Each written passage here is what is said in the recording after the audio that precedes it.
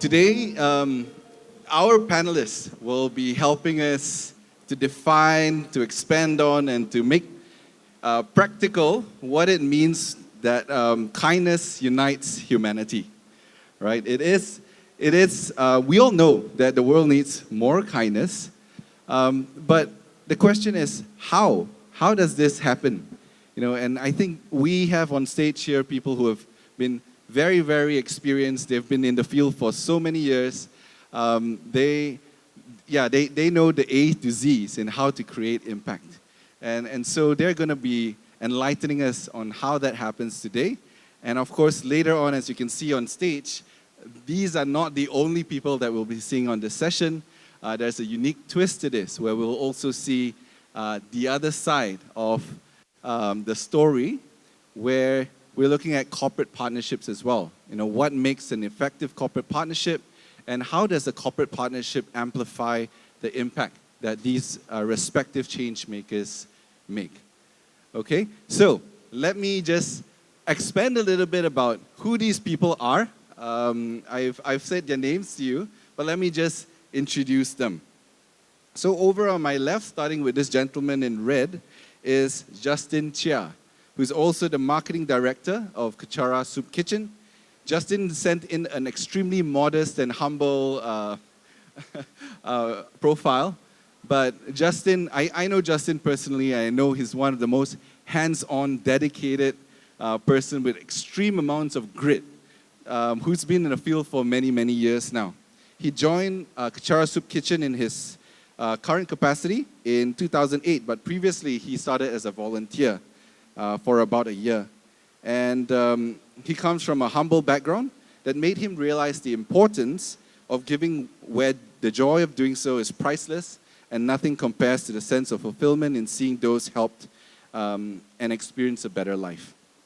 He takes great pride in work that he does, and he's extremely grateful to all his sponsors, volunteers, and supporters, and its wonderful committee and staff who form the legs that allow it to develop even further as well.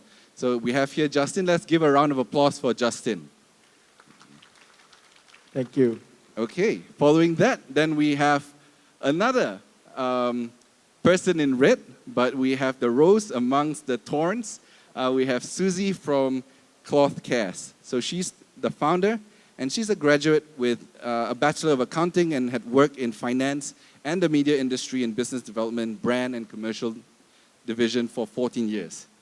She co-founded Cloth Malaysia Sdn Bhd in 2013 with Sarah Kedah, which is the parent company of Cloth Care's fabric recycling movement, or we know it more familiarly as Cloth Cares. Okay? Let's give a hand to Susie.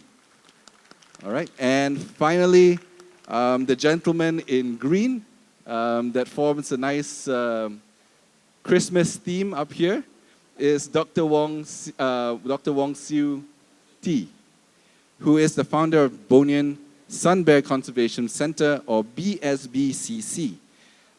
Dr. Wong Siu T is a Malaysian wildlife biologist and tropical forest ecologist, obtaining his bachelor's, master's, and doctorate degrees in wildlife biology at the University of Montana, USA, and an honorary doctorate from the University of Sunshine Coast in Australia. Dr. Wong has been recognized with numerous awards for his work on sun bear conservation and is a worldwide authority on this rare bear species. Dr. Wong is also the CEO and founder of BSBCC. Wonderful. So finally, we have a full panel here. Let's give a round of applause to Dr. Wong and the rest of them. I hope you're looking forward to it. Let me just kickstart the session by asking the first question, where we would then be able to also hear about their respective organizations and what they do. So yeah, perhaps you could tell us about your organization's journey, including how you started and what led to your current position.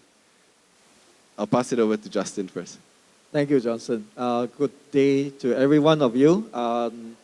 Thank you for the invitation. I thank the organizer for this. Where do I start? Kachara Soup Kitchen started way back in 2008 officially, but as a group, a community group, we've been already on the streets every Saturday giving food to the homeless people. So when I joined as a volunteer to KSK place, and I got inspired by the work that they're doing, and they actually have a big vision where they want to have lesser homeless people. In my mind, that kind of like struck me because I would feel why would be giving food would have an effect on minimizing the homelessness in the country, which actually quite a task because we are talking about thousands over people. We started off with just 20 packets, but later on with the amount of volunteers coming in, you know, the support that we get, we are able to expand, and we managed to be serving the whole KL literally with 1,300 packets. And that's where we have a problem. We say, hey, you know what, we need to put a stop to it or minimizing it. So that's where I join in. I'm actually formerly a banker. And the funny thing is, I went around, I was not very happy with what my work is actually all about. And I decided to leave because I feel that I can grow more. And as you all know now, I come from a humble background. I've decided to go into business. And then I felt that there's something missing still in my life. The word, it turned to be meaning, where I bumped into KSK's activity and I decided to volunteer. And first time of my life, in the 30 years of my life, I felt I finally found something that I really like. And after about a year, I decided to join in as a full-time staff. So little did I know, I ended up in another bank. It's a food bank.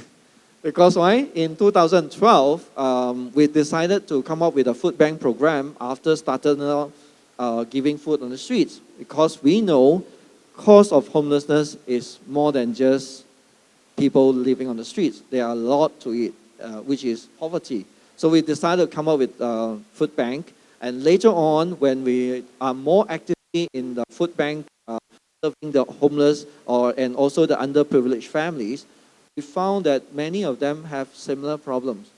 They have too many children, they couldn't go out or branch out to get more income. So that's where we come up with the empowerment program, which we'll be explaining to you more in our next slide. So here, you can see our three core program would be soup kitchen, food banking, as well as empowerment. So what does empowerment do? We try to train individuals whom we feel have the potential to grow and earn an extra living, apart from just being stuck at home, taking care of their young children and struggling to make ends meet.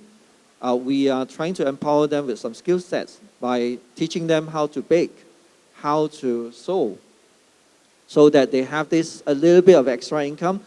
And on top of the disposable income that they are earning from getting our food bank, they are able to use this money to spend it onto their children's education. So that's where we want to have a structure where we want to feel that, we want to make them feel secure in a way they are able to concentrate more on some alarming issues such as education. Do you know that the urban poor, they do not really have that much of a resources to spend on their children's education? So that is one of the main reasons why people ended up homeless in future, in later on in their lives, because they have issues dealing with certain circumstances in their life in future. Everybody has problems. Don't tell me you don't have problem, okay? I will debate with you. I myself have a lot of problems, but because I have the foundation that a normal family would deserve. Compared to the poor, they do not have a basic upbringing, which is one of the main reasons why they have a higher chance going into homelessness in the first place. So here we are trying to do a holistic solution to that, where we feel reducing, by giving food, by giving all these programs that we are now doing to the communities that we have identified as running a very high risk of getting into that situation. We want to reduce homelessness. We want to reduce food wastage as well. Thanks to Lotus, because of them, we are able to do this. and also to take care of the environment. And in the process itself, we want to break the poverty cycle. And by doing this, we want to prevent even more people from being vulnerable to homelessness. Next, please. So this will be our last slide, where so far this much has been done all over Malaysia. And we have a string of committed people who are here to help the community to spread kindness, saving around 3 over million kilograms of food, benefiting about 100 over 1,000 people. Wow, nice, a fantastic figure, right? But this is not what we want to see. We want to see lesser and lesser people who are out there under this poverty cycle. We want to break it. We want to help them to come out of it. So that's what we stand for in KSK. Thank you. Thank you so much, Justin. I think that's extremely incredible work that you do. In fact, a lot of people know Kechara Soup Kitchen for the Kechara Soup Kitchen. But I think that this part's about holistic solutions, addressing systemic change for addressing poverty. I think that's something that may be news for many people here. I know it's something that I've just picked up on as well. But it's extremely impressive that, the numbers that you see, it is impressive. That's a lot of kindness, but it's extremely bold for you to say that you want to go beyond that as well. And I think for that, I commend you. Thank you so much. Thank you. All right, so let's move on to Susie. Hi. I think you just... Hi. Okay. Yeah, so tell us about your organization's journey and how do you start and how do you get to where you are now? All right. So, good morning, everyone. So, I'm just going to share with you a few slides. So, as you can see from that, that's a land, and there's a lot of textiles and clothing waste, right? So, that's what we do in a nutshell. But on a bigger picture is that, next slide, please. So, what we do is that we're trying to create a full economy for textile, clothing, and plastics in Malaysia. So we've been around since 2013. It's an all-women-led organization. There's only 7 of us. We are operating in both Malaysia and Singapore. Our mantra is rethink, reduce, reuse, repurpose, recycle. Vision and approach, I'll just put it in short. What we want to do is that we want to find a sound solution to solve problems of plastic and textile clothing waste in Malaysia and in Singapore. How we do that is basically a holistic approach, but today I'm just going to talk a little bit more about fabric recycling. As you can see is that, like in the radio, in the TV, people always like, there's a lot of awareness of you must recycle, but the thing is that you don't know where to recycle, right? So you don't know where the fabric bin is. So one of our roles to install fabric bin and let you know where they are. And from the data that we get from our collection, we will dissect that and we will again install more bins so that it's more accessible to the public. Next slide, please. So what you should care, right? Today I'm wearing mostly polyester clothing. Did you know that this bottle and what I'm wearing polyester is the same content? And we all know that bottle takes more than 200 years for it to decompose. But the thing is that we don't really talk about our clothing here, our polyester, and it will take the same amount of time for it to decompose. Throughout the when it decomposes, what happens is that methane gases will be released. So, of course, we all know that that is not good for our environmental degradation. So that is my core job, basically. So next slide.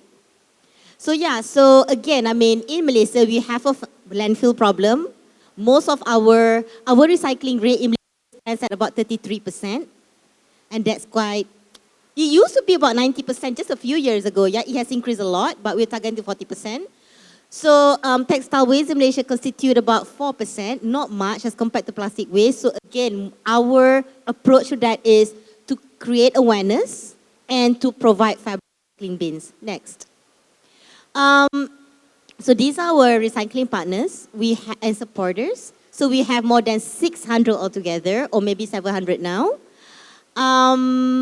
They help assist us in many ways. A, donations. B, install fabric bins. C, they become our volunteers. D, many others. Oh my God, it's been so many years I'm doing it now. I can you know what? I'm going to bore you if I tell you a lot more, but I want you to know that this is as part of the government initiative as well, because we are in partnership with the KPKT, or formerly known as Ministry of Housing Local Government. Not too sure about the new name because they changed names a few times, yeah?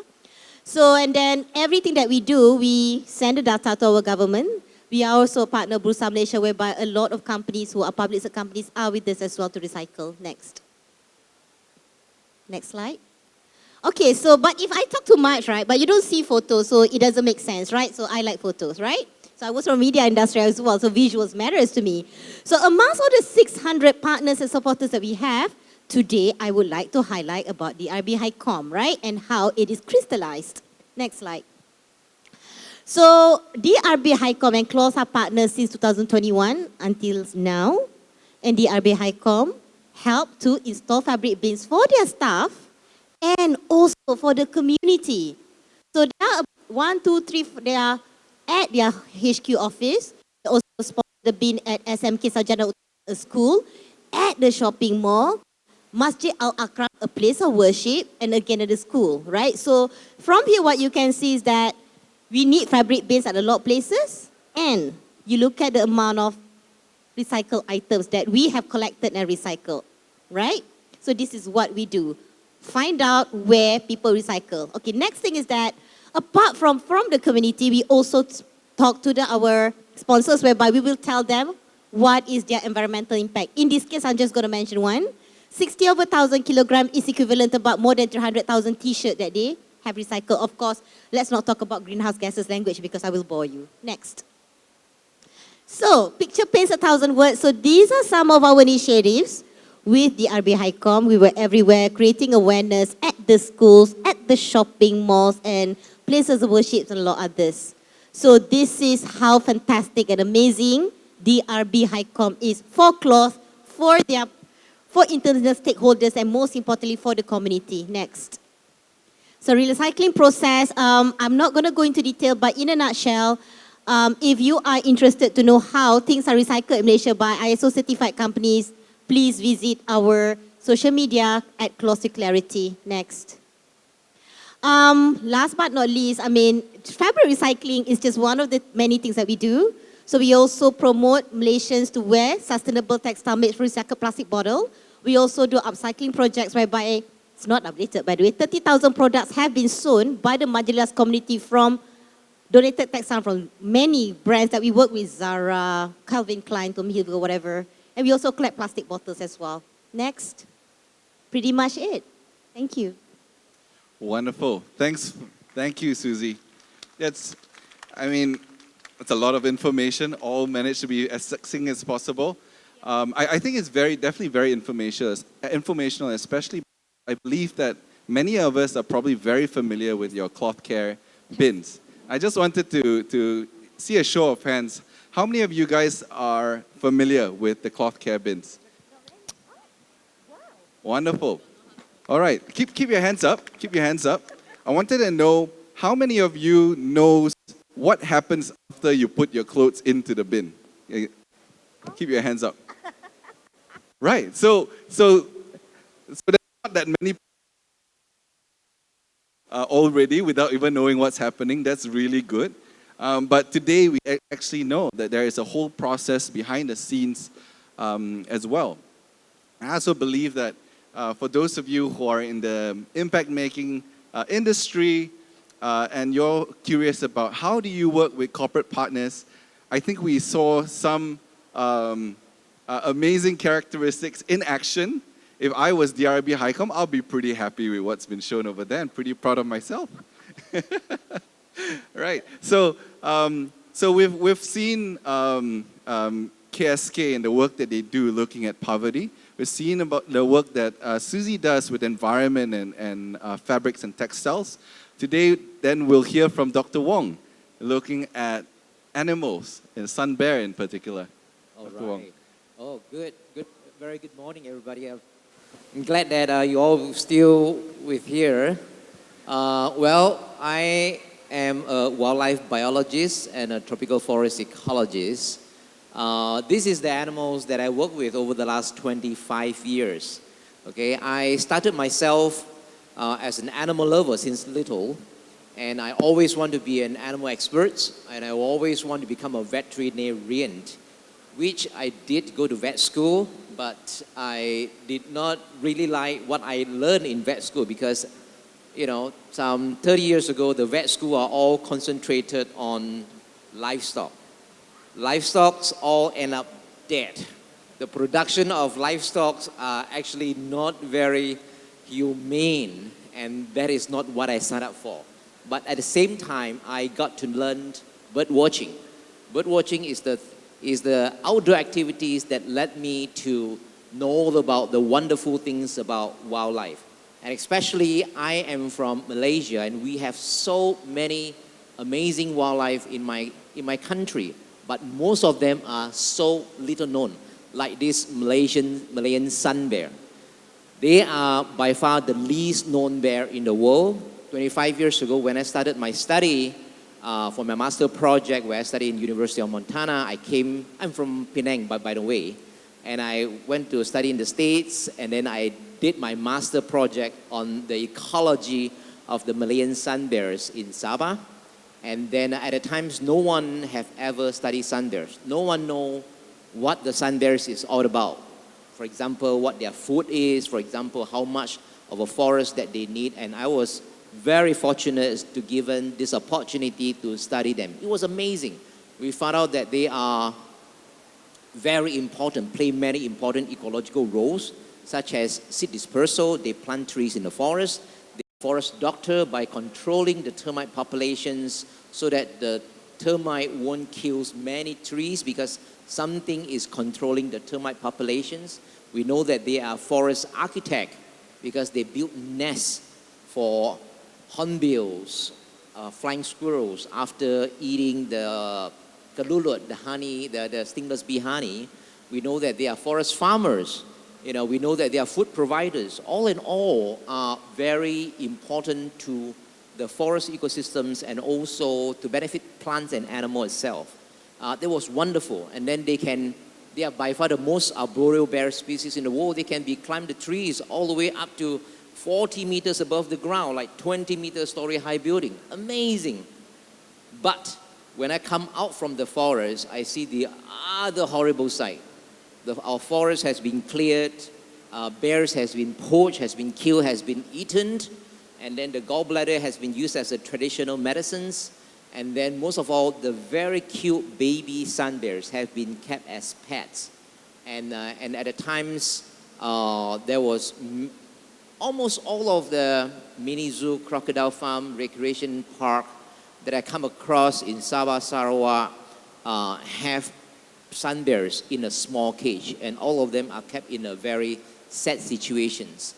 And then also there are many bears as well, and all of these cage bear all originated from the wild. All of them share a very similar character where they are often, mom has been brutally killed by poachers, and then they were captured since little, and then keep as pets and sell as pets. I'm not sure you all still remember, several years ago, there was a Malaysian singer kept a pet sun bears in her apartment in Ampang, and then she thought it was a puppy, according to her. Obviously, which is not true. But anyway, it showcased that there are people who keep sun bears as pets, and all of them are illegals. Okay, and then in Sabah, because I work with sun bear, I come across so many species of bears being kept as pets. I feel like we need to do something to help them. And then, by the way, as a Malaysian, we should be proud of our sun bear because why? You see the scientific name for sun bear is called Hyla arctos malayanus. The scientific name, Hyla is sun, arctos is bear, Malayanus. Why Malayanus? Because some 200 years ago, the very first bear that was described to science was discovered here in Malay Peninsula. So these amazing, cutest bear species in the world have and carry our identity as a Malaysian, and we should not forget about them. Of course, they are called sun bears because of the crescent chest patch that they have come in all different kind of shapes. They're called honey bears beruang madu because they love to eat honey, and the Chinese. And then because of that, I feel like we need to do something about it. And therefore, I founded the Bonin Sambai Conservation Center, next slide please, in 2008. Yeah, about 15 years ago. So under the theme of conservation, we want to help sun bears through holistic approach and pragmatic approach that incorporates improved animal welfare, education, research, rehabilitations. These are the 4 pillars that we have initially back in 2008. And then, and after that, we add more pillars like ecotourism, community conservations, anti-poaching, captive breedings, and all matters to conserve sun bear, to ensure that they can live forever in our forests. Malaysia is very sad stage in terms of wildlife conservation because we lost both of our rhino species. The Javan rhinoceros was extinct back in 1932, and then recently, the last few years, we lost our Sumatra rhinoceros. Tigers, the Malayan tigers number are less than 100 right now. And then the numbers, the official number for Malayan sun bear in West Malaysia, given by Perhilitan, Jabatan Hidupan Liar dan Taman Negara, is between 300 to 500 sun bears. So that is not a lot. Yeah. So we want to conserve sun bear to ensure that they can survive for a long, long time in our forests, and we as Malaysia should be proud of our bears. So these are the works that we have been working for the last 15 years. And if you want to know more about my presentation, more about our work, at 3 o'clock this afternoon, I have another 20-minute presentations about our work. And then last slide, please. 1 minute, please. So, so I was told to showcase our success. So far, we have rescued, Sabah Wildlife Department have rescued 66 captive bears and sent to Bonin Sambai Conservation Center over the last 15 years. 12 rescued bear has been released, has been rehabilitated and released back into the wild. So we give a second chance for those bears to live in the wild. And then currently there are 42 sun bears still live at our center in Sepilo, Sabah. And then in 2014 we opened to the public so that the public can come and visit and learn about the sun bear as well as our rainforest. So far, close to 500,000 visitors have visited our centers, and we also caters a lot of students groups, school groups to come and visit us, as well as we do educations, outreach program to visit those schools that cannot be able to visit us. And then we also have research facilities by having about 30 research project has been ongoing, working with us.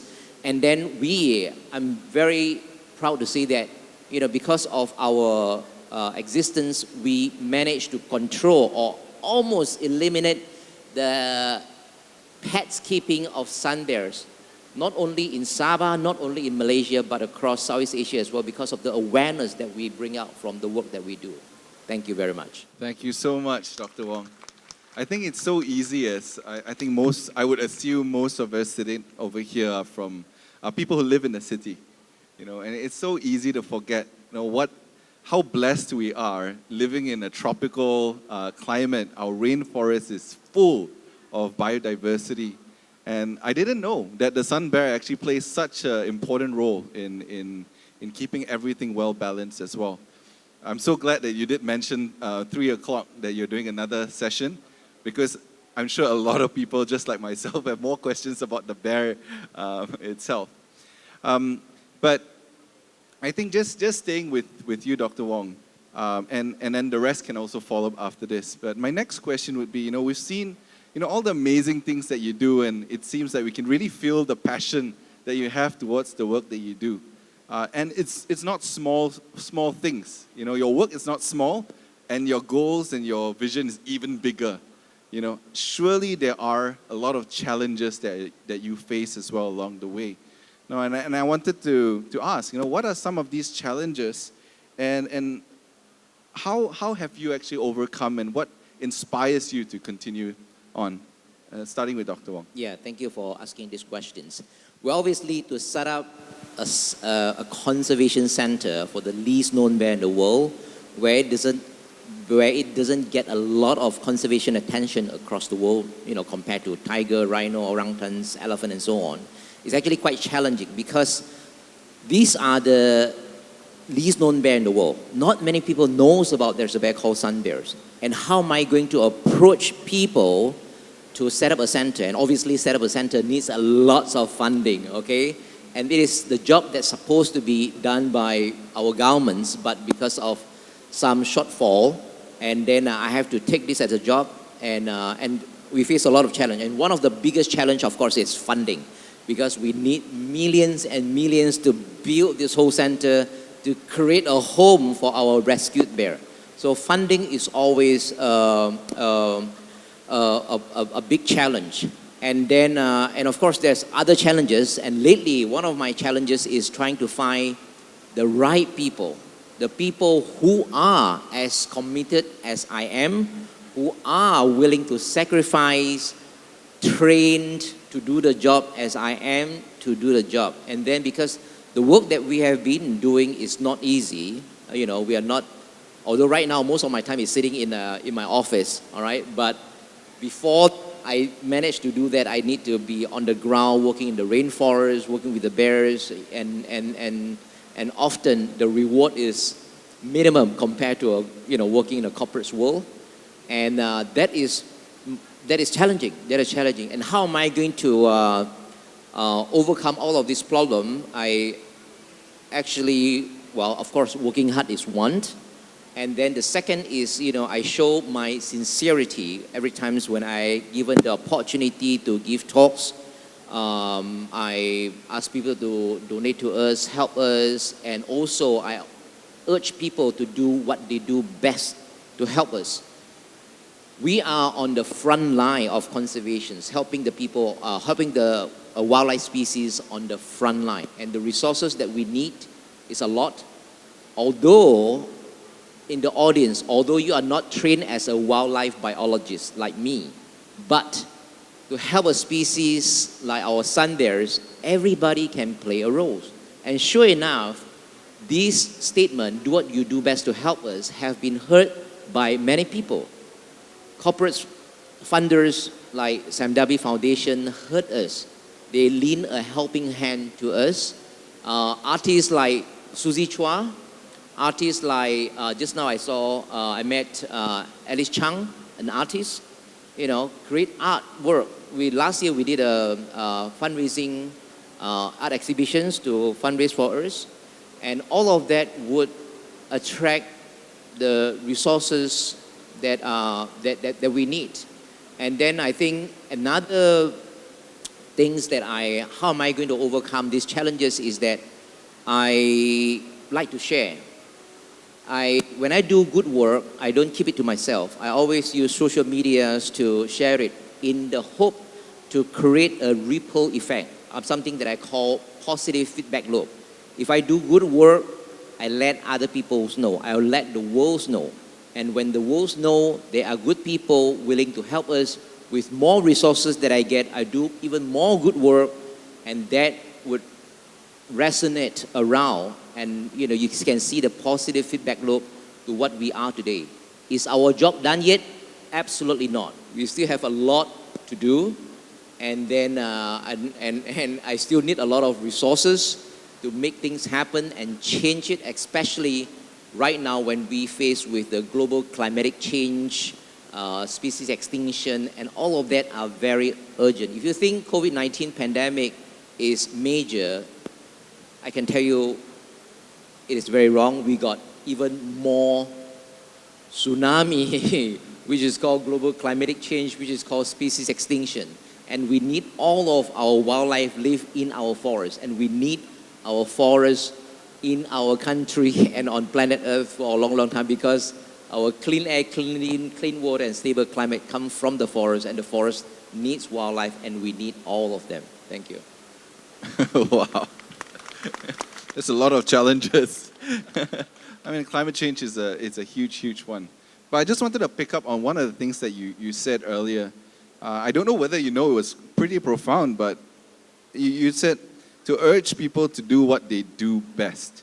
Now, I think that shows tremendous empathy, and a very broad view on how you could actually attract the kind of support that you need in different kinds from different people. It's not just one single track and say, oh, you can only help me in this way, just do this. But actually that you're thinking about how can other people get involved and engage with you as well. So thanks so much for your sharing. And I think just wanted to hear from the rest as well. Perhaps Susie, what are some of the challenges, in the things that you do, and how do you find that inspiration to overcome? Well, quite honestly, in Malaysia, people like recycling, so I'm just providing the bin. So in terms of awareness, it's not that difficult, you see, because recycling awareness has been around for a long time. It's just that in Malaysia, while there's a lot of awareness going, but where do you take action, call to action?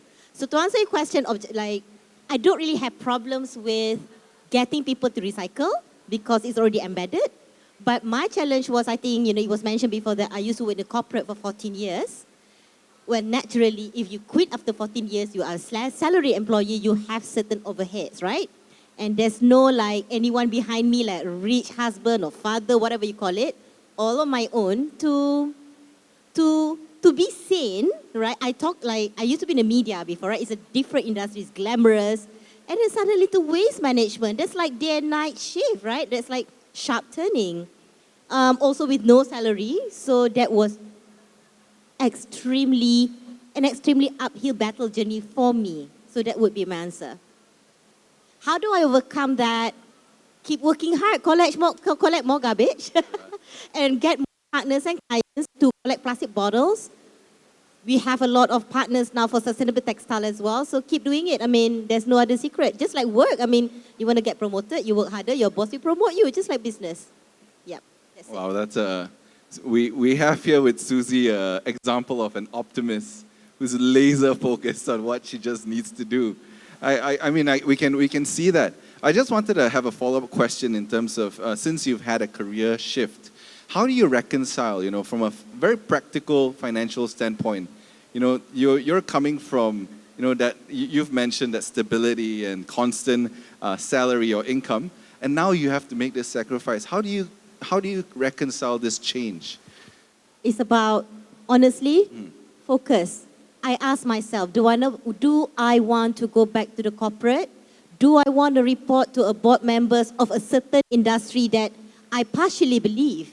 Why do I wake up in the morning for? So I think it goes back to what I want in my life. So I always tell myself, life is about what you want and how much you want it. So ask myself, it's a conversation, constant conversation with myself. What do I want out of my life?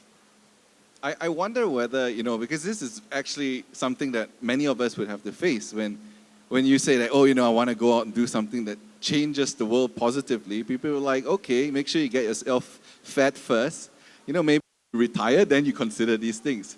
And I'm sure you have people that you have to answer to, your parents, I'm not sure, a partner, a husband, what do you say? I love your question. Yeah. Okay, so when I studied accounting, I was in finance. So when I jumped into the media after a few years, half of my family members are like, you studied numbers, but you're in media, it's a creative industry. Are you okay? Is upstairs okay? Like my brain, I said, that's what I like, I want to learn, right? So I was there for media for 10 years. And I jumped to waste management. The whole bunch of family will asking, from media glamorous and accounting that you studied, you're going to garbage. I said, are you okay upstairs here? I said, well, I follow what I feel. I can't. But there are two types of people, right? Like, people who can pretend they like something because they can do it and they get income, they're happy with that. Type B is that you can't lie to yourself. I fall under that category. It's either I like it, if I don't, I better live it. Totally understand. I think I'm that type as well, type B. You like me then. But yeah, to those of you who are looking to make that career shift and you're unsure about things, that is a tactic itself. Slowly warm them up towards it. Don't jump straight to the extreme, but maybe go to another one, and after a while we're like, yeah, okay, that's just who you are, and that's just who he is. Well, right. I volunteered 1 year before I made the jump, right? There you go. Well, for me, it's very simple. Like what Susie said, I echo it strongly. I want meaning in my life. I want to have a certain benefit that I wake up every day in the morning feeling good about it. Not proud, but you know what? The world needs kindness. The world needs people who are kind, and we cannot just say it, but action makes a lot of difference. And we are not here trying to change the world, but at least change the community that we are living in. And look at KSK now. We started off just because the founder had an experience of being homeless in the past. But what are we doing now? Week in, week out, or every day, we are providing a platform for people to come and volunteer to do kindness. We are providing a platform for corporates to contribute to CSR.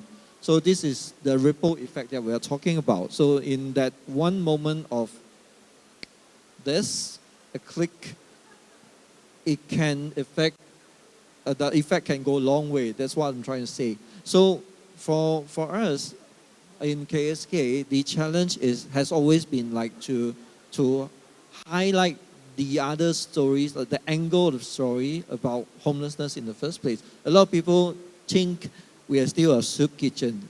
The fact that we didn't change the name for some reasons, technical.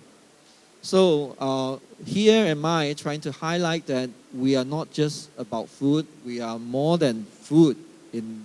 For the matter of fact, we are now even training the single mothers, the parents, to earn an extra living, educating the orang asli children so that they can get education and escape poverty. And also trying to change the life of the urban poor. And also now we are reaching out to the rural areas as well. So all this requires one big thing, it's resources, which Dr. Wong has rightly pointed out. Resources has never been enough because kindness do cost money. Apart from the heart, you have to be realistic about it. We need resources and we need a lot of help. And if you ask me the question, what are the challenges? It has always been trying to let the public know that, you know what, however established we are, we need that constant support, not just monetary, but also in terms of logistics, manpower to make things click. And matter of fact, for KSK, now we are in that expansion stage when we need a place that we can call a home.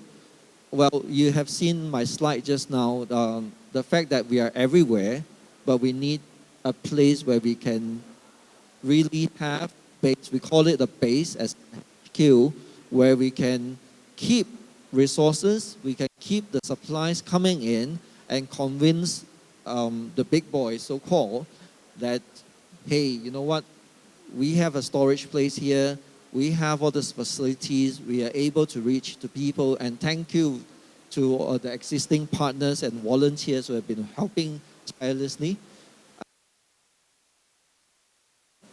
But I'm saying, without you guys, we wouldn't be even there in the first place. So the answer to the question is a simple: source is the main issue here because we are benefiting so many, and this requires money and time. For me, I quit the bank. It doesn't take too long of a convincing for my mom to understand that. And in fact, she has been very, very supportive of what I'm doing. But to my surprise, my friends thought I had depression. When I joined the charity, and that time KSK do not have what it is now. It's just a small group of people. And why are you doing that, Justin? What happened? You know, you want to talk about it? I said, I'm fine, you know, look at me, I'm okay. It's just that I fell in love with something that I really like, and I see a growth in it, I see a potential in it, and I'm here every day working with an inspiration to make it a reality, to show people, actually, you know what, doing charity is also a career. In fact, congratulate in Malaysia, I think it's one of the most, one of the countries with the most established and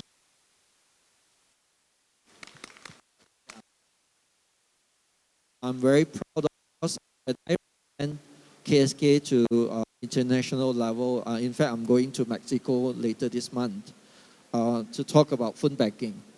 And the fact that I've seen in other countries what it is all about there, in terms of numbers, yes, it is quite equal. But in terms of establishment, you talk about the measurement, you talk about the impact, I think Malaysia is one of those in the top level. Yeah, thanks. Thank you so much. I think you offer a very practical view on the whole thing as well. I think certainly for all of you who are looking to get into this kind of work, you know, making an impact, it sounds good, it feels good, but we're looking at doing this for the long run and really growing the impact. There is a need to count the cost, right? And that leads to, I think, a perfect saying that's being now stated by Justin here, that kindness costs money. Right? And I think that's the perfect segue into our next segment, which is I'm really excited about. I think kudos to the organizers for putting this together. And this is, I think, the unique twist. As you can see, there are 3 more faces that we don't see up here on stage. Kindness costs money, you know. And in order to amplify the work that we do, definitely we can't do it alone. And I would just like to invite I think members of a very, very important stakeholder in this particular ecosystem, and that's the corporate partner. All right? And so I would like to invite our corporate partners up here, starting with the corporate partner for Kechara Soup Kitchen, Madam Azliza from Lotus Stores, Malaysia. She's the Executive Director of Corporate Services. Followed by Mr. Mahmoud Razak, who is the Head of Group Strategic Communications from DRB HICOM, the partner of Cloth Cares. And finally, Ms. Alina Emily, the Head of Projects, Environment, Sports and Arts and Culture from Yayasan Saim Darby. So I have to admit, after 13 years of doing this and attending conferences like this, I've never seen a corporate partner and NGO SE sitting side by side on the same stage, right? Typically, you get one or the other. And of course, it's very easy to say, oh, all our corporate sponsors like us, look at our impact, look at our numbers, you know? And then on the other side, say, oh, we are so benevolent, look how we are donating and sponsoring all these initiatives as well. Today, we get the truth. Or we get both sides, all right?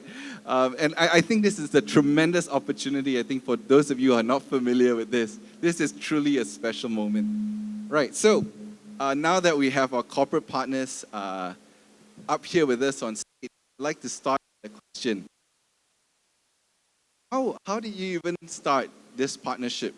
You know, could you share with us the story on how your organizations started working together? And I'll just put it out there for whoever would like to start sharing. It seems like Azliza, you're ready. Technologically challenged. Technologically? Okay, don't worry. Thanks, Johnson. Great. Well, our stars crossed with Justin back in 2016. As you know, Lotus was known as Tesco then. Tesco. And we're in a food business. So every day, you would definitely have surplus food, right? But what do you do with all this food that's really still good to eat, but because you're serving it, offering it for customers, you'd withdraw it from the shelves, yeah? Because customers like to see those dates they buy before, right? But it doesn't mean that the food is bad. So in reality, this goes to waste. You buang the thing, right? And at that point in time, we were also very concerned about food waste and supporting the UN Sustainable Development Goal, SDG 12 in particular. And we were thinking about how do we then change this? How do we lead to try and save this food, really good food, from actually going to the landfills? We tried actually doing this with a charity home, but they are all volunteers, right? So sometimes they come, sometimes they don't come. And so how do we save this food? And lo and behold, Justin appeared. I still remember you came to the office with Tunku's Natasha. And that it was our partnership started. Yeah, we trialed with 2 stores in the Klang Valley, but it took a lot of learning. None of us knew how to do this consistently and systematically, but now I'm really proud to say, Johnson, we are on a daily basis channeling all our surplus in vegetables, fruits and bakery to our charity partners and spearheaded by Kechara. There's another one called Food Aid Foundation, to all the charities throughout Malaysia in all our stores. So that's really something that we are really, really proud of. And to date, since the day we were operating, when we were recording the food surpluses, we had rescued close to 20.4 million kilograms of food from the landfills, which fed 10.2 million meals. Wow. Let's give a round of applause to that. I cannot imagine what 20.2 million kilograms Yep. of food looks like. I just cannot. I mean, that is really impressive. I think, you know, what I capture from that is how there's a perfect match in both of you coming together, where it doesn't go outside what your business is as Lotus. Exactly. I mean, you touched the right point. The objectives were the same. Mm-hmm. You know, one of it is food waste. One is eradicating hunger, right? Even when we were in Lotus, we always want to have nutritious food supported to those children. 0 food waste, same. Yeah. So we do share common goals, Yeah. and that I think is the most important part. Yeah, I think that clearly explains that long-term motivation to work together, and it's not just a one-time donation or sponsorship and then that's it, but this really matters what your company's goals are. I think food waste, to me personally, is probably the most yang paling sayang lah, because when you look at the numbers of people who don't have food, not just here, globally, food waste to me, whatever you're doing today, is absolutely excellent, because I cannot understand food waste, right? Because there's so many people out there, even within our own towns and communities, who are underfed or not even fed, 1 meal a day kind of families. So I'm really proud of the fact that there is, you know, Kechara and of course Lotus in helping this out. Yeah, it's a great initiative. that doesn't make sense to me either.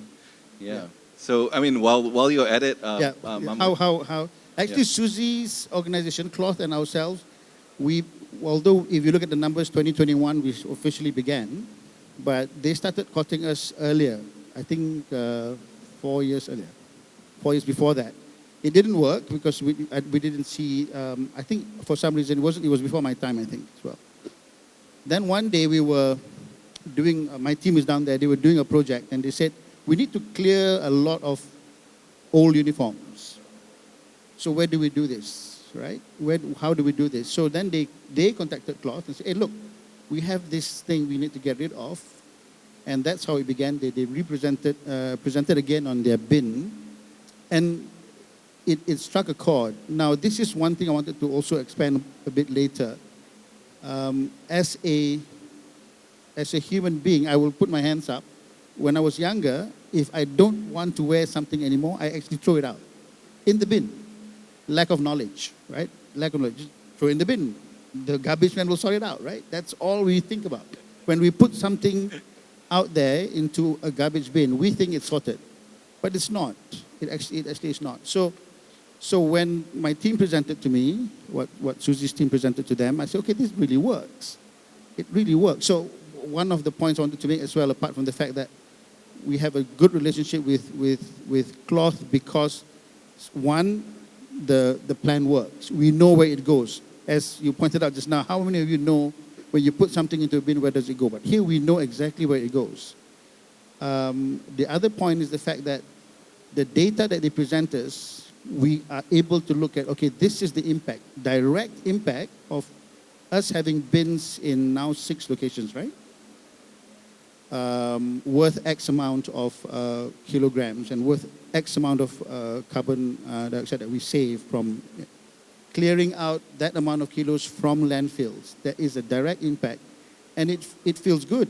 As Tan Sri Asmat was mentioning this morning, you feel good when you do something that impacts somebody else, right? Something else. So that's how we got to know each other. And I'm glad to suggest to Susie that we might be looking into more bins going ahead. Because the impact of our bins so far, if you look at the numbers just now, the one in Sekolah Sutama, Saujana Utama, because that school is actually both 2 schools, and everyone who lives in Saujana Utama sends the things there, sends their clothes there. And I remember last year we were able to raise for them about 4,000 ringgit. Because for every kilo, we get 10 cents paid to the school. Right? And with that funding, the school were able to buy fans to replace fans that were not working anymore. That's because school funding is also an issue in the government today. Let's not go there. But so when we are able to impact them that way, you feel, wow, really we are able now to not just save the environment, but also provide students with a more comfortable environment in their own classrooms. So that's the crux of our relationship. Thank you, Mahmood. Like, first of all, respect your honesty and on your confession. I do. I don't do anymore. Now I put it in a cloth bin in front of the office. Very well, yeah. You know, never too late, right? I think I pick up really a lot on the quality of cloth cares. I think to people who are out there looking to raise funds, looking to establish corporate partnerships, know that it's not an overnight process. I think we learned that. It took 4 years, and also meeting the right person as well. No, ultimately, I always believe that relationships happen between people, not between logos, you know. And I think it takes grit to be able to do it. So I think for those of you who may have faced rejections from corporate sponsors, don't write them off the list. Bring it up to revisit the next time. At the same time, I think importance is transparency and data. You know, it's not just for reports, you know, but clearly you see that it translates into positive human emotions, that sense of meaning, that sense of fulfillment. You know, you got to look at not just the organization itself and their KPIs, but the people working in the organization. How does it make them feel? You know, can your cause actually make them feel good about what they're enabling through the resources that they have? And I think finally, uniquely, I think there's a business model from Cloth Cares. I think that enables that raising of that 4,000 ringgit and whatnot. I think that's incredible, and I think we'll hear a little bit more about that later. Yeah, finally, Alina from Yayasan Saim Darby. Thanks, Johnson. The partnership between BSBCC and YSD has actually been a very long partnership. It's been 11 years, even before my time. So since 2012, actually, Dr. Wong actually approached our CEO at that time, Dr. Yetela. She's still our CEO, but she cannot be here today, unfortunately. And of course, Yayasan Saim Darby is the philanthropic arm of all the 3 Saim Darby companies, Saim Darby Property, Saim Darby Plantation, and Saim Darby Berhad. And we have the 5 pillars that we look at, so education, community and health, environment, sports and arts and culture. And of course, BSBCC fits well into our environment pillar, and we were brought very close to the project because of the honesty that Dr. Wong presented. And of course, because of the Borneo and Sun Bear, like how Dr. Wong just explained to everyone just now, how it's vulnerable in the IUCN Red List, and how it was kept as pets. And then so the situation of the bears was a very sad situation. And then so that's why YSD came in, and we've been together since 2012, and we've funded about 5.7 million so far, around that.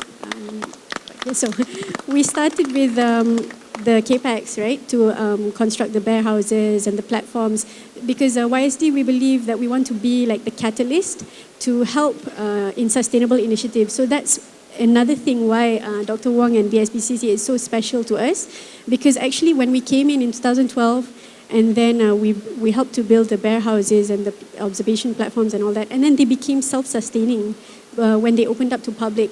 And then that's like a success story for us, because I think that's what we envision, you know, because these endangered, I'm taking a quote from one of our other project partners, Explore Gaia, Sanjit. He calls these animals not animals, they're actually endangered Malaysians, because they are part of our nation. And as Dr. Wong also explained just now, they are very important to our existence on the planet as well. So I think that's very important for YSD. And then after 2014, that's when we came back. Unfortunately, COVID-19 happened. So Dr. Wong, he initially didn't want to come to YSD because he said that YSD has provided so much funding already. So it was actually us who reached out to Dr. Wong asking, are you guys okay? Do you need any assistance? Because we really were concerned on the center and the people who have livelihoods at the center, you know, the bear keepers and all that. So we actually reached out to Dr. Wong in about 2020 and helped on the operational costs for about 25 personnel, and of course the 44 bears, which are also our endangered Malaysians over there. Yeah. Yeah, that time I almost cried like what I am right now. Yeah, because we are really at a very desperate stage. You know, we lost all of the revenues that we generate from tourist ticketing. I mean, not just us, there are many industry, many conservation projects across the world were hard hit by the COVID-19 pandemic, because a lot of them are very dependent on nature-based tourism. And we are a good example, and then because I feel like YSD has been helped us so much already, and then I did not until Dr. Yatela called me, Wong, do you need help? I said, yes, I need help. Yeah, and then and therefore, you know, we literally saved us for the second time during this COVID-19 pandemic. Otherwise, closed shop is not an option. So I'm not sure what I'm going to sell, you know, to raise money, to keep our bears, to raise our bears and so on. Yeah, so thank you very much. Yeah, Sam Darby. Wow.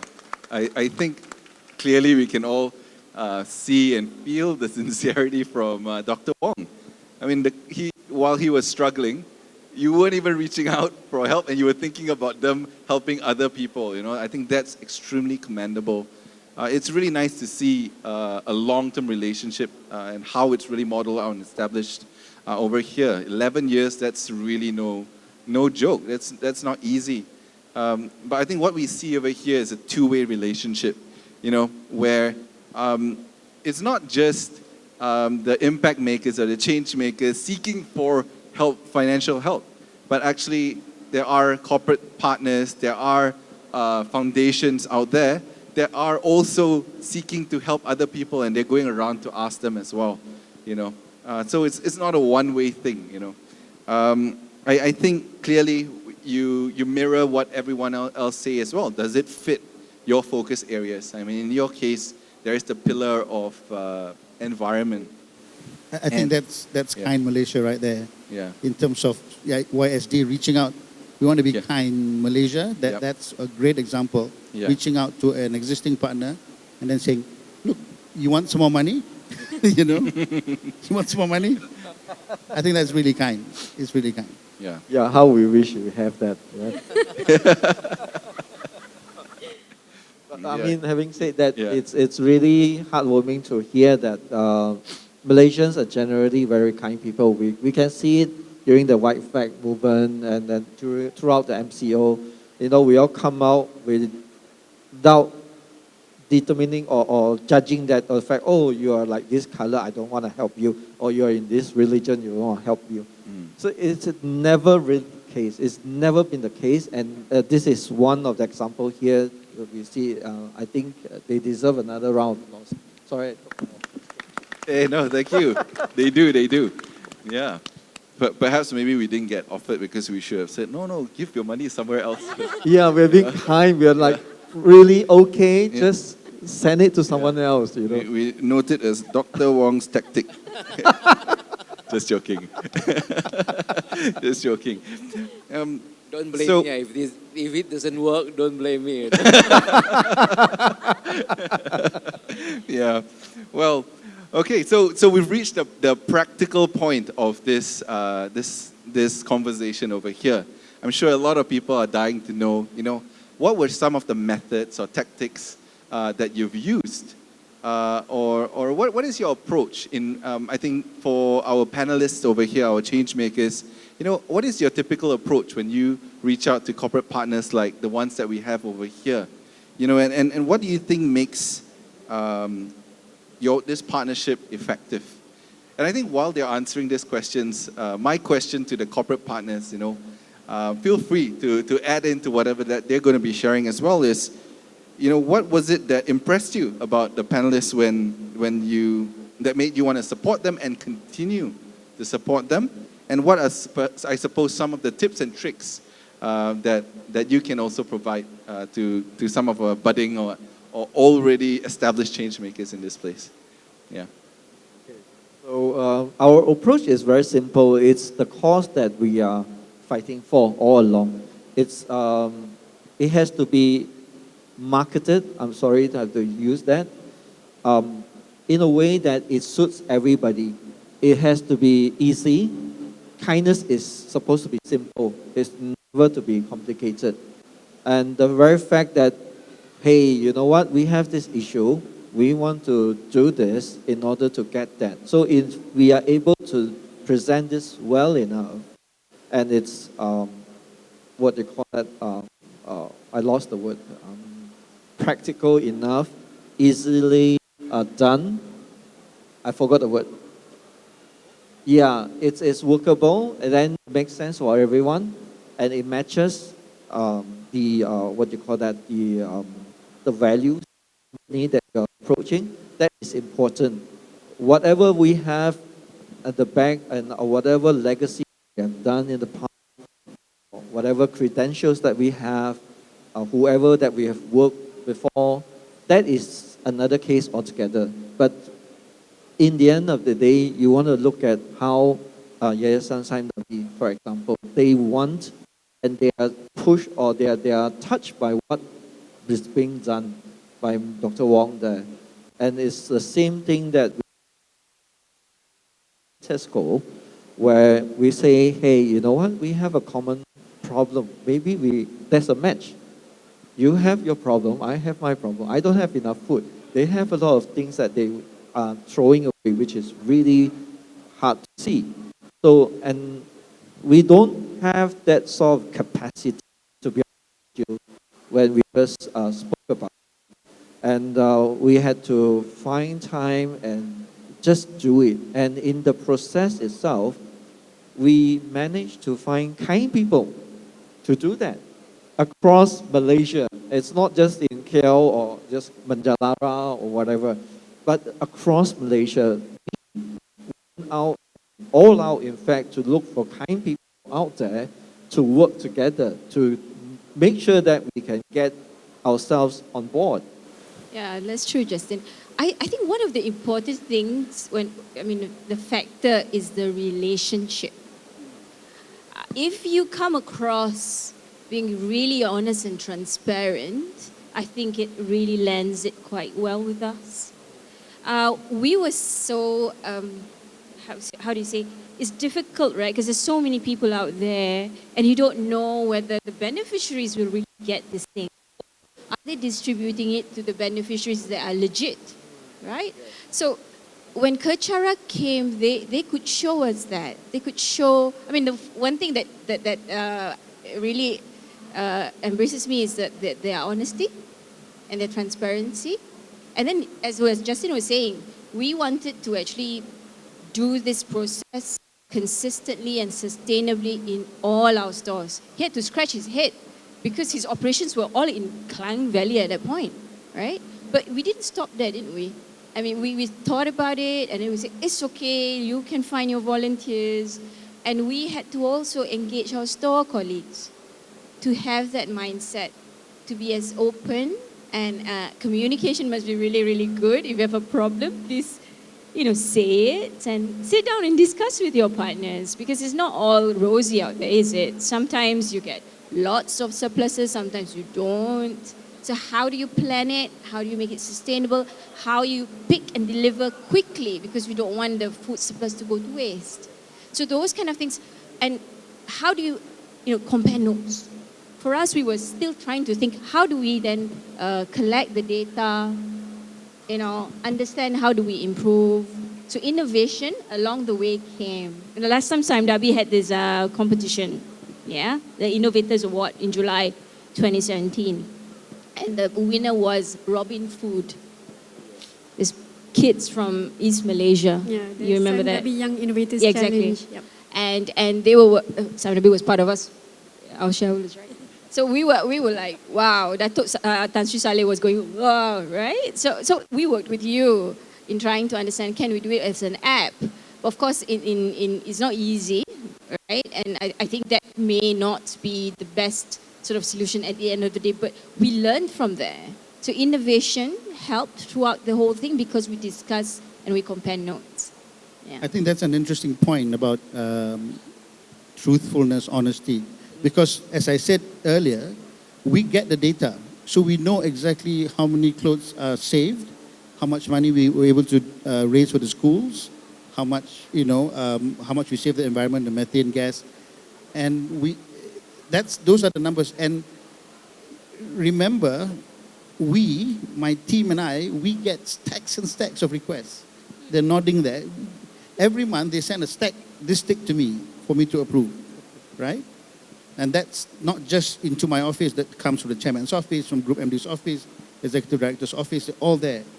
So what I've noticed is that it's never unique. That's where cloth was unique. Cloth, when I looked at what they presented to me, they had all this data. You saw the pictures, you saw the bins, and if you look at the bin, it's just like any other bin, but you know exactly where it goes and what is going to happen to the clothes that you put in there. So then because in the end I have a boss to report to as well. I need to tell him why we are doing this, why we are doing this with cloth. So with that data, it's easier to convince upper management as well that this is something that we can support. So that data to me is very, very important. Very, very important. And be unique in terms of what is unique about your movement. Everybody wants to have that space that you can own. Yeah. Susie, would you like to add anything to that? Well, I guess what the distinguished panelists they have summarized everything. I just would like to add up a bit more. I think I didn't study waste management, environmental science. I was a total pure financial accounting student, graduate in audit firm, Ernst & Young Chartered Accountants, and then I was in the media for commercial. Let me tell you something. I think what helped, right, is the fact that in media or in audit, I have to understand people, my clients or customers, right?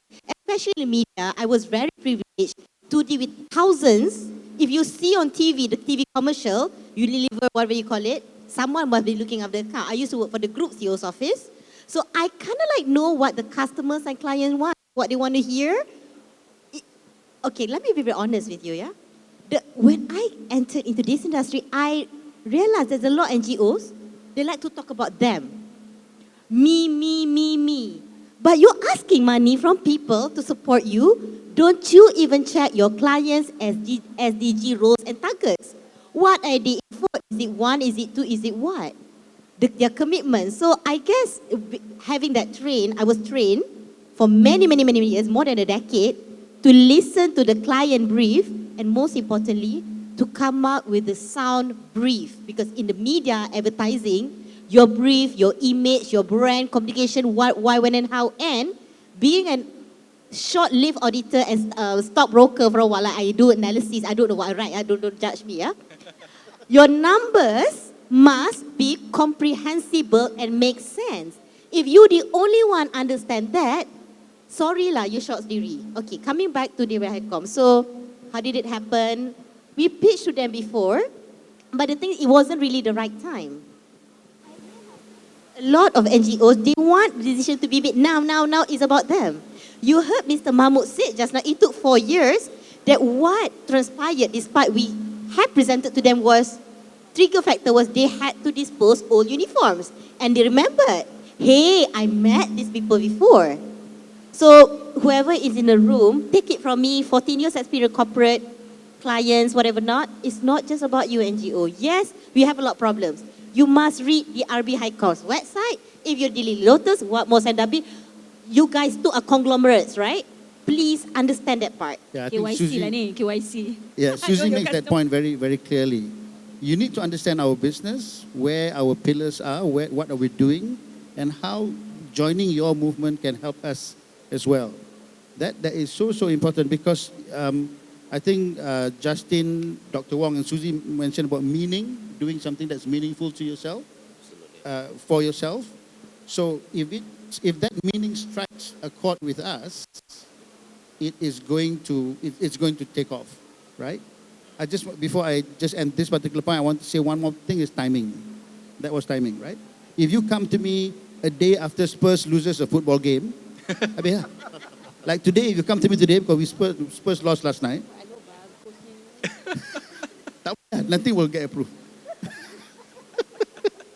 But no, timing is right. So the timing 4 years ago was not right. 2021, it became right. And now 2022 and 2023, we're going to look further into it. Yeah. Awesome. Thanks so much for adding on. I really like how Susie started by saying, everything's been covered, I don't have much to say, and then she drops her pearls, just tumpah in front of her. Anyways, let's hear it from Dr. Wong. Yeah, sure. For me, because my background as a scientist, I am coming from academic, from science, and then I have a lot of facts about the cutest bear in the world. And at the same time, I also see they are so sad, and then being an Asian, how Asian treat animals. Animals are food. Animals are entertainment. Do animals have rights? No. Do animals have welfare? There are still a lot of people that needs welfare. So I am in quite a challenging positions. And because of my strong background, I have a strong case. And luckily, sun bears is such a charisma species. Just now you see the picture. Smiley bear looking at you. How can you say no, right? And Dr. Wong, I think the plus point for you is the storytelling. Yes, very important. Kan? Very important. That's why if I can make a sun bear become Kung Fu Panda and propose to Walt Disney, DreamWorks, then I can retire already. Correct. But I'm not there yet, so I still need to work hard. I do have a strong case, but I believe that Yayasan Saim Darby has an arts and culture pillar as well. Well, yes, of course, of course. There you go. There you go. Thank you very much for reminding me. Yeah, that's why I have a strong case. The cause that I'm working with is very genuine. And then I use my sincerity, I use my background as a scientist to build up a very strong case to approach funders that see we need this. And then plus we know that actually the work that I do is supposed to be done by Sabah Wildlife Department, by the governments, but we know that there is some weaknesses and I can prove that if we work together, this is all about partnership. If we work together, Wildlife Department, Sabah Forestry Department and myself as a scientist, and then plus corporate funders, and we can make this work. And sure enough, although a lot of hard work, after 15 years, we can show results. We are being highlighted in a lots of wildlife documentary in BBC. I was named a CNN hero a few years ago. I was given an honorary doctorate for the works that I do. So I have been very thankful because of corporate funders like Yayasan Saim Darby and make all of this happening. And then right now, I'm not saying that I'm okay or something like that. I'm very humble still that we still need a lot of work. We still need a lot of resources to help our work possible. And we still need a lot of help. And let's work together. The key word is let's work together. Government agency, professionals, scientists, corporates, anybody, and general public, in the first year of 2020 during the COVID-19 pandemic, we received from small donations. People donate us 50 ringgit, 100 ringgit because I sent out a pledge to ask the public, please help us, please help our bears and so on and so forth. And we managed to raise some 800,000 ringgit. It is a lot of work, and you can show that, people's willing to help despite the fact that it is a pandemic, many people lost their jobs, but there are kind people out there. And then the storytelling part, and of course, I think I'm a good storyteller, and that is my strength. And I have to use this strength on a good cause, which I did. So for all of you who are looking for funders, train yourself to be a good speaker. I was on like 3 TED Talks, and it was a great platform. And then, I have my social medias and things like that, so which is good. And I managed to reach out and show my sincerity and got funders like Sam Darby Foundation. Thank you, Dr. Wong. I think to echo everyone, especially from the corporate side, what we look at specifically, of course, is the cause, but as well on transparency. So Dr. Wong has been very transparent with us. He has no qualms at all to open his books. We go into audit. How many times have you been audited? Sure. Every year, once a year. Once a year, with 5 auditors sitting in our office, go through every single receipt, go through every single items that we purchase. Yes. And that I learned a lot by, bookkeeping is very serious. Yes. Managing your receipts and your expenses is very, very important. And since then we have especially for yayasan, right? Yes, Very important. very, We take governance very seriously because as I think when Azliza mentioned, we want to make sure that the funding actually goes towards the cause. So even during our payment claims, to check the disbursement, before we disperse the funds, we have a lot of checking and a lot of documentation that needs to be submitted to us. And then, so only the partners yang kental jiwa lah can actually stay with Yayasan Sam Darby to, because it's one of our requirements and we take it very seriously lah. It's not easy to work with this. I think I know that. But if you are able to give the documentation, you're able to open your books and you're able to be honest and transparent, I think that will work well with us. And especially for those who are baru nak fund kan, they baru nak come to us, the budget that you propose to us needs to be very transparent as well. We need to understand where the budget line comes from, what are your, how you came up with the values. So at that point in time, it doesn't usually come this way, but for YSD, even at the budget stage, we ask for quotations to see where your references are coming from. And so up to that detail, we actually go through our due diligence and all that. And of course, for those who want to be looking for partners, you can look at our website for our focus areas. And of course, BSPCC falls under ecosystem conservation.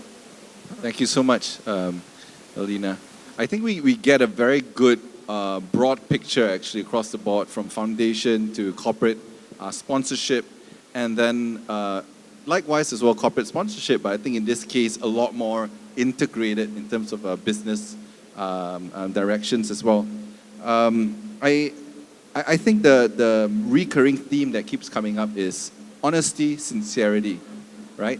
But at the same time, each of you share about skills that needs to be developed at the same time. So it's not just this thing up in the air, this sincerity and honesty, but actually how you execute that as well, that matters.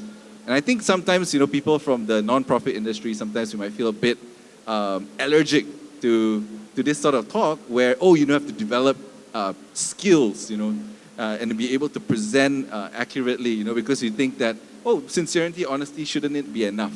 But I think that realistically we need to really match both of it. But I actually have a very quick question to all the corporate partners. We talk about sincerity and honesty, but can you really tell if someone is being sincere or not sincere? And just give us a quick addition in terms of how can you tell? Wow. But Without you know what? without revealing too much. But I don't know. I think sincere, it's this gut feel thing. Don't you think? I mean, yeah, anybody can give you numbers, but some people just have that thing exuberating through them. And when they talk about their cause, they talk from their heart. They don't go in, right? It's then you know that they know what they want, and it's really true to their heart. That's what we were taught from the heart. It's very important for me and the organization. Yeah. You can tell. I don't know how it's not a science thing. It's quite No. artsy as well, right? But the gut feel is very, very true. Yeah. You know, and then they made their first presentation, you do that desktop survey, right? Like Susie said early on, clothes recycling it's been around for years. Why is it suddenly now I want to go with cloth, right? I've seen recycling bins everywhere, but because there is a system to how they do it, they even took us to the recycling center. I think my team went. So, then they convinced us, and then the numbers again, the amount of money that we're able to raise for this cause, for the school. So, I've come across fake requests. I won't tell you how, Sure. but you Yeah. just check and you know, Yeah. right? And then you just stay away, right? So there are less Yeah. Before Ellie goes in. desirable things. But one of Yeah. the things I think which is important for corporates, right? You need to do it. So I said to Justin, I followed the donut, but the surplus donut. From the day we picked, we jumped into the van, went to the center for collection, saw what the people were doing with it, followed the donut to the home and to the child's mouth. And that's the best experience ever, Jonathan. So you can be in the shoes of your partner, Yep. and you see it and you feel it. I think that's the best bit where you share with your colleagues, you give the chance for my store colleagues to feel that they've done something, to know that dulu kan kita buang benda ni, sekarang kita nampak dia makan. See, it's so powerful that they know, right? That day when they're so tired, but at the end of the day, that night when they pack it to go out, it's a feeling that they say they're doing something. Okay. On Sure. sincerity, I think I have a bit to add. Of course, everyone can say anything they want to say, and the gut feeling is true. But then I think actions also speak louder than words, and then so you can actually see from your partner whether they are actually there for the cause or there for an ulterior motive.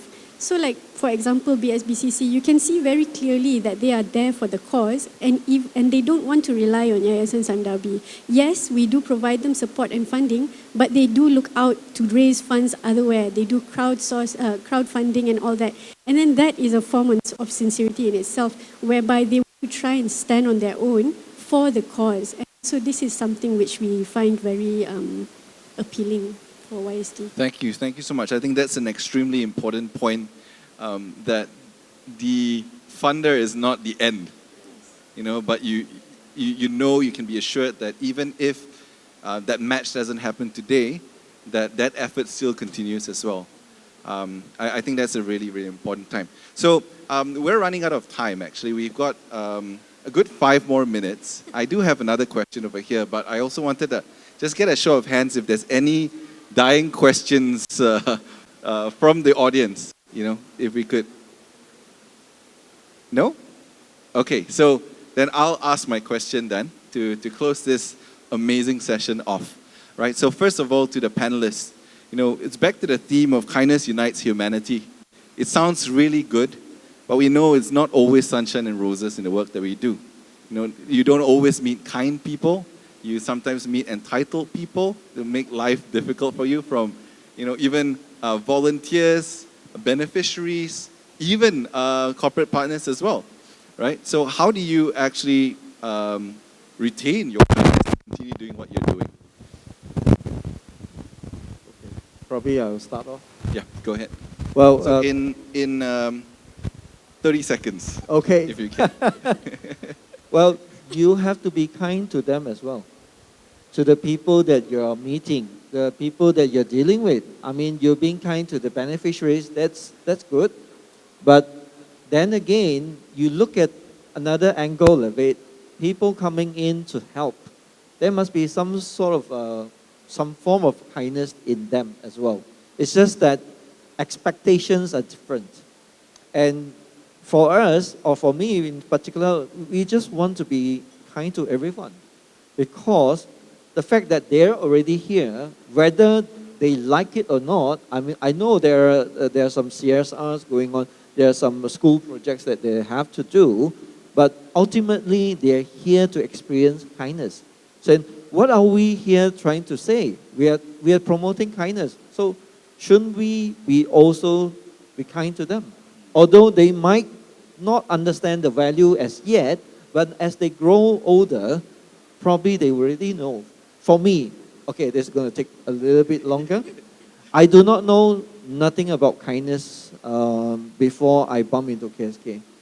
The sort of kindness that I've done in the past is just a mere spare change into a donation box that I don't really know what it is for. It's just out of convenience. But later on in my life, where I bump into a certain activity such as KSK, it opened my mind. And I decided to commit fully into it, and now look at me now. I'm here trying to tell people, be kind. But I wasn't that in the first place. So I feel the ripple, the cause of effect and all that, we want to bring it to the people who have not even in touch of that. Because I feel everyone deserves kindness, and everyone born into this world have that kindness in them. It's natural. It shouldn't be bought in the first place. It's just that it's been embedded into their course of life. During the course of life, they're busy with their stuff. It doesn't come out to this point. Yeah, I feel thank so. you. Thank you. I think that makes a lot of sense. Susie? Since I'm the only woman here, I'm going to be answering based on women. So while you want to be kind, but there's a lot of people want to take advantage of you women. So close all women organization. So I can write a book about how we almost got bullied or taken advantage of. Yeah, I think every woman who are in all women organization can relate to what I said. Not by Derby Haikom lah. Sorry? Not by Derby Haikom. No, of course not. So basically, what we do is that we ask ourselves, what is our vision and goal? It goes back to that, right? Like, but I can tell you something. 9 out of 10 people that we meet are genuine. 1, but usually, let me tell you very honest, yeah, like if anyone want to deal with you using Gmail, but not official stuff, because I deal with donations and all, right? A lot of people ask to us, oh, someone died, someone blah, blah, blah, want to ask for donation, whatever not. I will never entertain with the Gmail unless that person can give me a true identification who the person are. I don't have any problem with corporates, by the way, yeah? We are all professionals. Yeah. So be careful on that, women in the room.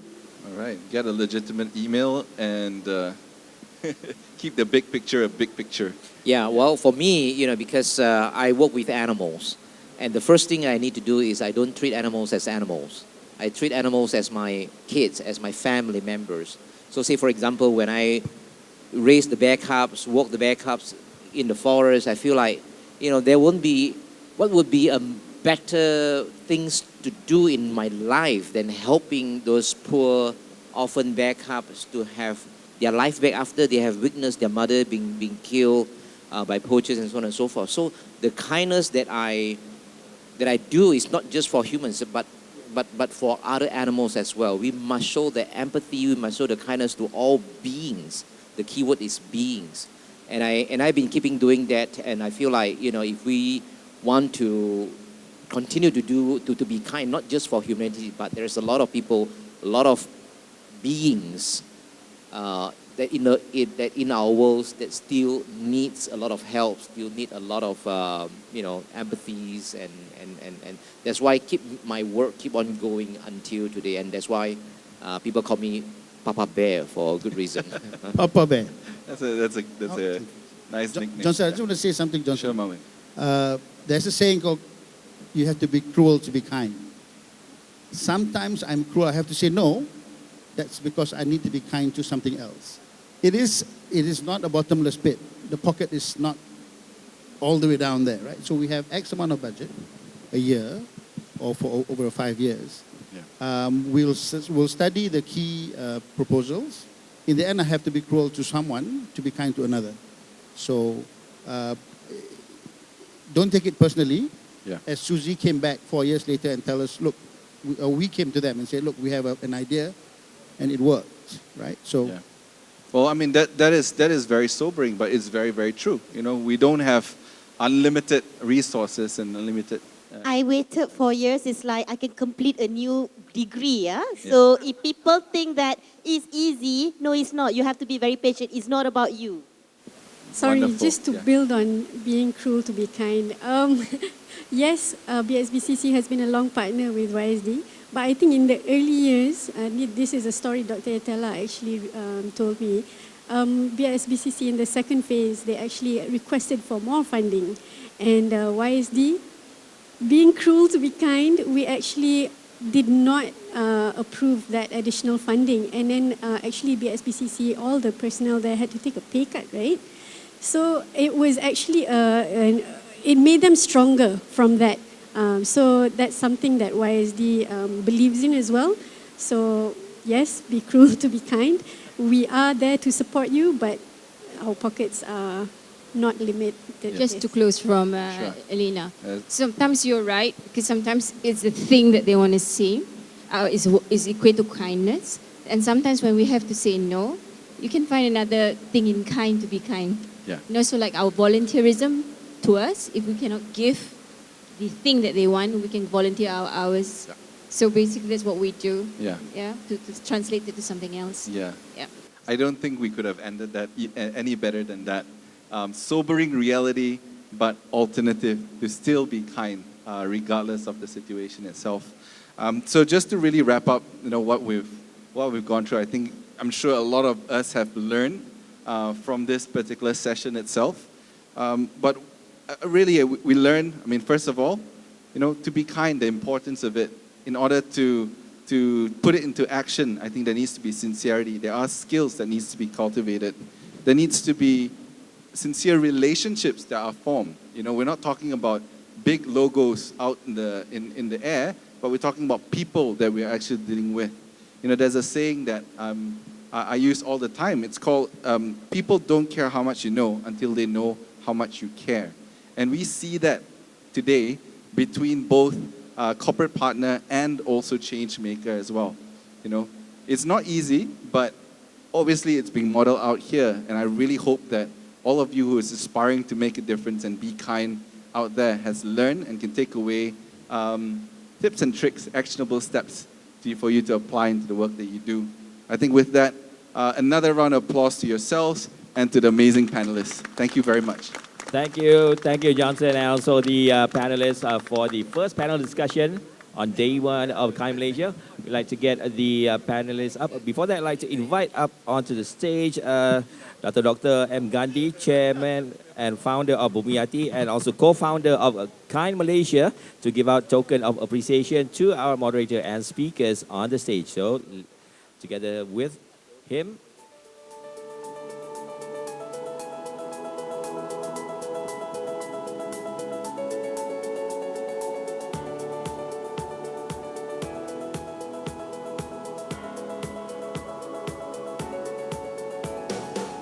there you have it earlier. This is the first panel discussion where we have organizations with their initiatives and their corporate partners focusing on tackling many different types of issues and initiatives, such as poverty, environmental issues, as well as animal conservation.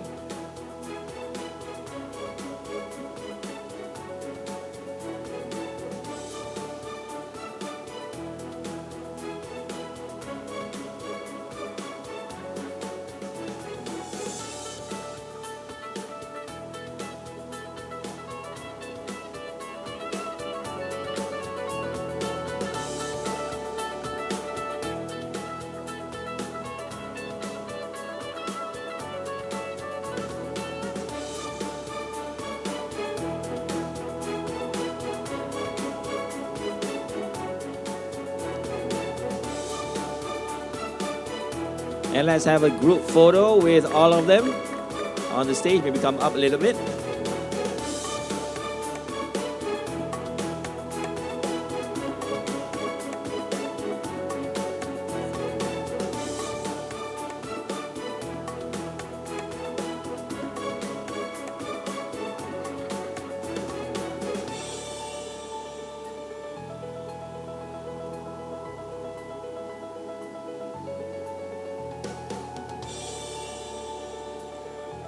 All right, thank you, thank you. And a round of applause again to our wonderful panelists as well as moderator for our first panel discussion session here today. Thank you, everybody. Thank you for your time listening to this session. And maybe you want to approach them to get more insights, or you want to ask them additional questions. You want to approach them directly, get their LinkedIn profiles, and connect for whatever initiatives that you feel you want to be part of. So we are going to be having our next session in a few minutes time. So I'd like to have the crew to set up the main stage. We would like to have the bar stools, the black bar stools on the stage.